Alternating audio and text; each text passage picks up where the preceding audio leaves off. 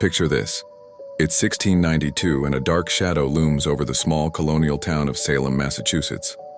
What began as whispers and suspicious glances would soon spiral into one of America's most chilling chapters of mass hysteria. In the bitter winter of that year, two young girls began experiencing strange fits, their bodies contorting, screaming uncontrollably, and speaking in seemingly incomprehensible languages. The local doctor's diagnosis? The evil hand is upon them. Those words would ignite a fire that would burn through Salem for the next year. But here's what makes this story truly terrifying. It wasn't the alleged witchcraft that destroyed lives. It was fear itself. Neighbors turned against neighbors. Children accused parents. Friends betrayed friends. The mere pointing of a finger could land you in chains.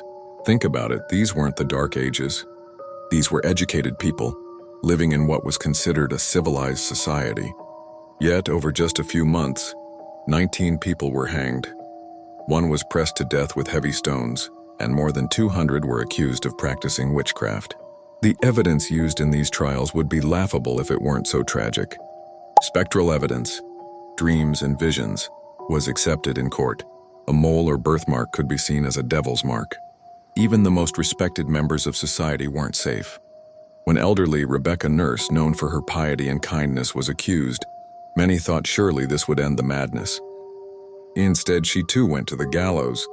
But here's the twist that makes this story relevant even today. The Salem Witch Trials weren't really about witchcraft at all. They were about fear, power, and how quickly a community can lose its moral compass when panic takes hold. The accusers often had land disputes or old grudges with the accused. Some gained social status through their accusations. Others were simply swept up in the hysteria. The trials finally ended when Governor Phipp's own wife was accused. Suddenly, the absurdity became clear. But by then, the damage was done. Salem became a cautionary tale, a reminder of what happens when fear overcomes reason, when due process is abandoned, and when society lets hysteria dictate justice. 3 centuries later, we still use the phrase witch hunt to describe unfair persecutions, because deep down we know, the real witchcraft in Salem wasn't in any spells or curses. It was in how quickly ordinary people could be convinced to turn against their own, all in the name of safety and righteousness. The next time you hear about mass panic or rushed judgment, remember Salem, because sometimes the most frightening thing isn't the monster we're chasing, it's what we become in the process of hunting it.